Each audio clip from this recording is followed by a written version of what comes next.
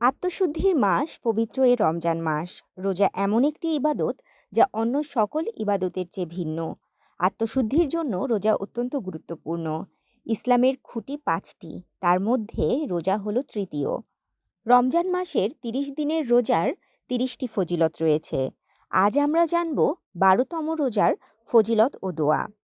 ১২তম রমজানে রোজার ফজিলত সম্পর্কে হাদিসে বলা হয়েছে, হাসরের ময়দানে রোজাদারের চেহারা পূর্ণিমা চাঁদের মতো উজ্জ্বল করা হবে।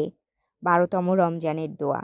হে আল্লাহ, এদিনে আমাকে আত্মিক পবিত্রতার অলঙ্কারে ভূষিত করো, অল্পে তুষ্টি ও পরিতৃপ্তির পোশাকে আবৃত করো, ন্যায় ও ইনসাফে আমাকে সুসজ্জিত করো।